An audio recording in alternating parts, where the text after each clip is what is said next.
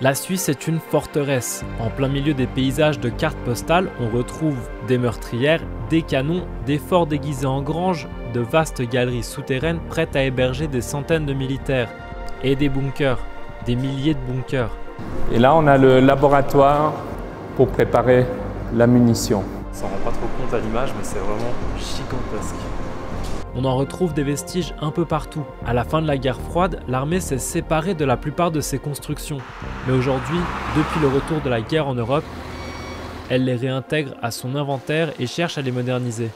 Avec mes collègues du temps, on a voulu en apprendre plus sur ces bunkers. Dans cette vidéo et en collaboration avec les archives de la RTS, on parlera de l'histoire militaire souterraine suisse. Pour ne rater aucun épisode, je vous invite à suivre notre chaîne YouTube. Dès le Moyen-Âge, les Suisses comprennent que leur richesse passe par l'école. Les grandes routes commerciales qui relient l'Italie au nord de l'Europe passent forcément par leur vallée. Et pour garantir la sécurité, mais aussi pour lever des taxes au passage, ils creusent et construisent châteaux, tours de guet et murs défensifs. Chaque passage stratégique est contrôlé, et les Suisses prospèrent en faisant payer le transit des marchandises, et en protégeant ces routes contre les seigneurs voisins. C'est aussi cette maîtrise du terrain qui leur donne un avantage militaire. À partir du XIVe siècle, les confédérés, paysans soldats des cantons suisses tiennent tête à des armées bien plus puissantes, grâce à leur connaissance des sentiers et à leur art de tendre des embuscades dans des gorges étroites. Et en fait, c'est aussi l'histoire de la Suisse 1291, c'est qu'ils en avaient un peu marre de se faire piller le long de l'axe du Gothard. Donc 3 cantons se sont mis ensemble, et après ça s'est agrandi à 26 cantons. Dès le XIXe siècle, l'idée d'une défense nationale s'affirme après l'invasion des troupes de Napoléon en 1798, qui met en lumière la vulnérabilité du pays. La Confédération décide alors de bâtir des forteresses dans les Alpes, notamment à proximité de la frontière avec la France.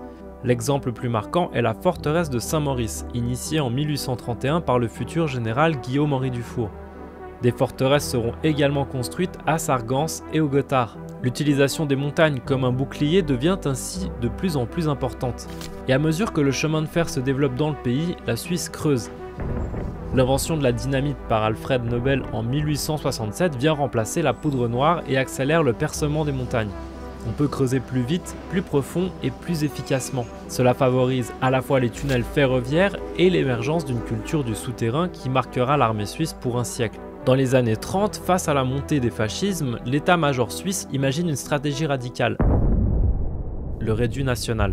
Si le pays est envahi, les forces suisses se replient dans les Alpes et y résistent coûte que coûte. Le territoire plat est sacrifié, mais les montagnes sont truffées de pièges et de canons. Plus l'ennemi s'aventure et plus il fait face à une résistance, c'est la stratégie du hérisson.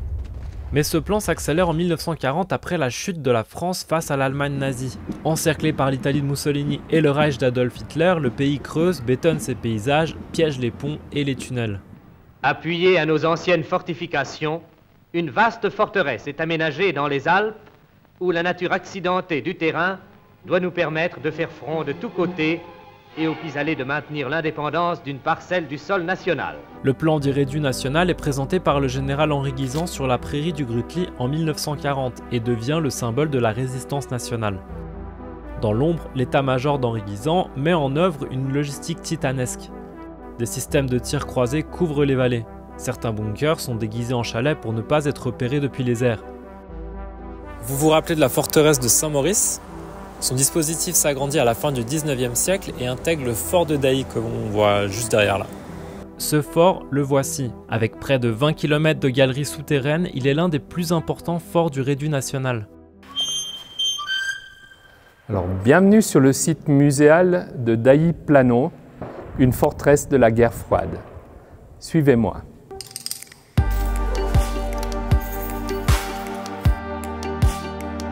C'est une grande mitrailleuse coup par coup qui tire des obus, qui arrive à livrer 800 kg de munitions en 32 secondes.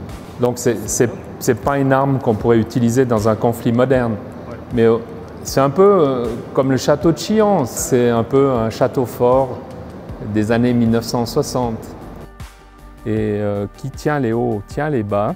Et vous avez cet axe ici qui est assez important puisque depuis ici on peut tirer jusqu'à Sion sans trop de problèmes, jusqu'à Montreux.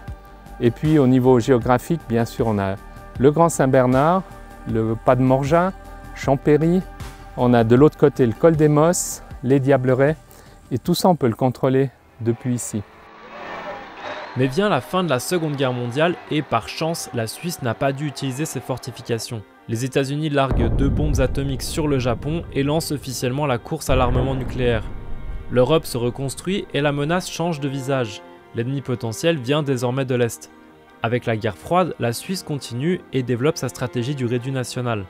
L'armée investit dans des aérodromes souterrains et des systèmes de défense aérienne sophistiqués, comme les installations de Meiringen ou de Tourtemagne, conçus pour protéger les avions de chasse en cas de guerre nucléaire. Dès les années 60, chaque nouvelle construction est tenue par la loi de prévoir une place dans un abri atomique. Et toutes ces constructions sont faites dans le secret.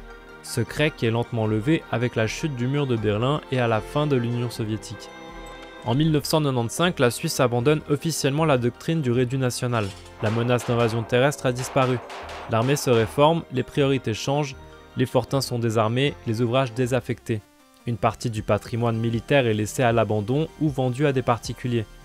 Des associations de passionnés d'histoire militaire rachètent et entretiennent certaines constructions, comme ici au fort de Dailly.